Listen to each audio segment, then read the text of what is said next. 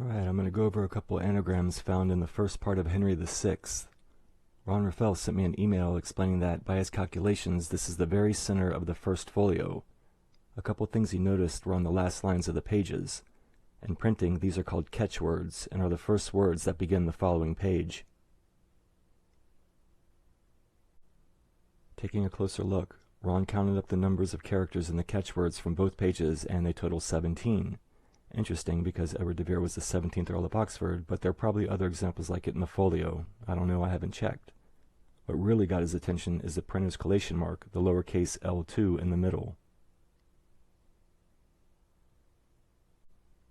What's significant about this is, using gematria, L is equal to 11. L2, or 2 L's, would be twice 11. What are the odds that, in the very center of the folio, in between 17 characters, is the equivalent of twice 11, which happens to be a reference to Edward de Vere and, it seems, a Royal Arch-type Freemasonic secret society. Twice 11 Brethren, Brotherhood of the Golden and Rosy Cross, eventually Fraternity of the Rosy Cross, or the Rosicrucians. Whatever the name, twice 11 indicates Edward de Vere and this group, or branch of them, and is found in the Sonnets, the First Folio, and the 1611 King James Bible. Okay, so that's the information Ron sent me. In the middle of the folio, the number of characters in the catchwords total 17, and the printer's collation mark is L2, which, as I've shown in previous videos, is equivalent to twice 11. I opened the folio to take a look at what Ron was talking about. There was something about these catchwords that seemed familiar, and then I remembered. In the 8th video, I explained how one of the messages hidden in the Sonnet's byline is Gold Cross, Rosy Cross, and the pronunciation of Vere. In Italian, the word andare means to go. To go in Spanish is ir, spelled I-R.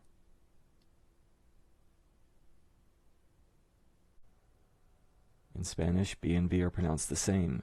B combined with andare or ir gives us B-I-R, pronounced bir or vir. Once unscrambled, the byline reads Gold Cross, Rosy Cross, Vere. If you want to know more about this, please see the 8th video. Returning to the folio, you can see we have something similar. Highlighted in blue are the words and dare. That's pretty close to andare or ir in Spanish. This is an anagram, so actually it is andare, with a single letter D left over. There's the word king, which I'll get to in a minute, leaving the word Talb, abbreviation for the name Talbot.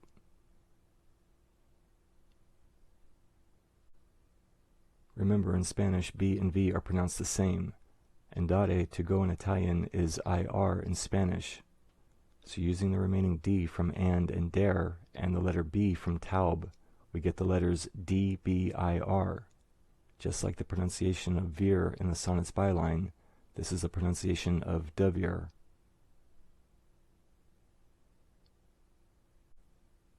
Actually, it's King de Vere. Now, whether that was his rank or title in the secret society, or if he was really a king, I don't know. But there's one more word left to this anagram. The 3 remaining letters are T-A-L. Tal in Spanish means such, which doesn't mean anything here. Again, this is an anagram, so the letters T-A-L can be read A-L-T. A definition of alt, taken from the Latin altus, is high or on high, and another meaning of on high is in heaven.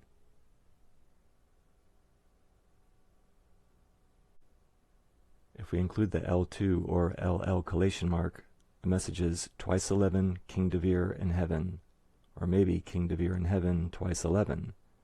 Either way, that's what's encoded in the catchwords on pages 106 and 107, first part of Henry VI.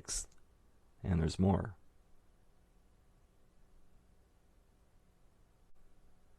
All of that was found on the last line of the page. Now we're looking at the first line of page 107. Notice that 107 is comprised of a 10 and a 7. 10 and 7 equals 17, de Vere's Earl number. The first line begins with the word king. Start counting, and there are 22 or twice 11 letters, followed by e were of force. In Latin, of force is devi. Again, we have an anagram.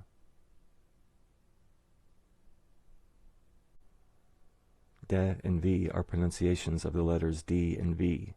Unscrambled, we get the abbreviation for Edward, EDW, and his last name, Vere.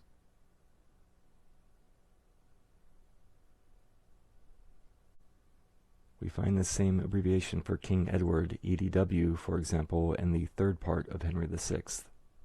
These are the catchwords from page 164, which, for some reason, after this, skips to page 167.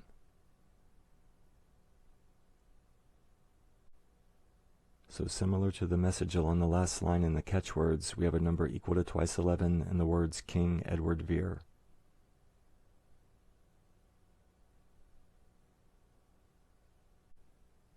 Along with the preceding page, this is the middle of the folio, and on the first and last lines there are these coded messages about twice 11 and King Edward de Vere. Whoever designed this, whether it was Francis Bacon or another one of the brethren, it's a brilliant little bit of encoding and was fun to unravel. And there may be more here. I invite anyone seeing this to take a look. I want to thank Ron Raphael for finding what he did and sending the information to me.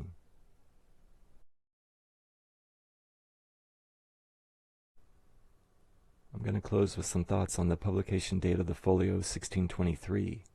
I believe those responsible for its content and publication were Christian Kabbalists into gematria and finding connections to God through number. And because these plays were produced by Edward de Vere in twice 11, I wonder if they wanted to incorporate a number that would reflect God, Oxford, and the Brotherhood. If we add 1 plus 6 plus 2 plus 3, we get 12. Now there are 12 letters in the name Edward de Vere and Earl of Oxford. There are 12 tribes of Israel, Jesus had 12 disciples, there were 12 labors of Hercules, and 12 signs of the zodiac. 12 is an important number in myth and religion, but I think there's another meaning regarding Oxford. I've shown in several videos that using gematria, the 12th letter is M. In Hebrew, M is Mem, which is equivalent to 40.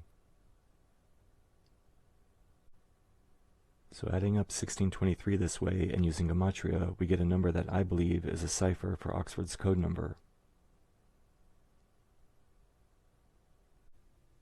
The year can also be added as 16 plus 23, equaling 39. 39 is, I'll say, a particularly Christian number in that it's comprised of 3, the Trinity, and 9, which is 3 times 3. Again, using gematria, 3 is equal to the letter C, and 9 is equal to I. CI stands for Christ Jesus.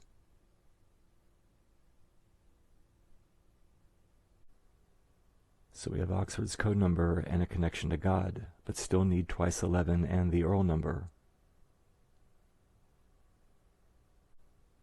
Well, that's the magic of the number 39. It's the sum of 17 plus 22, 17th Earl of Oxford, and twice 11.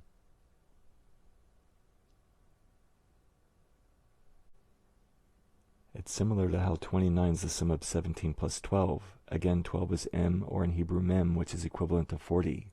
57 is the sum of 17 plus 40. Both are ciphers for Oxford's Earl and code number.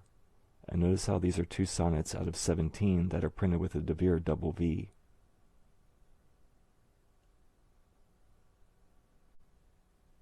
So was this year chosen for the publication of the folio because it was the first year after the passing of William Shakespeare that includes all these numbers, 1740, twice 11, and God? Or was it just the year that they finally got everything together and put the book out? Considering their interests and proficiency with numbers, I thought it might be something to think about. Thanks again to Ron Raphael and to you for watching.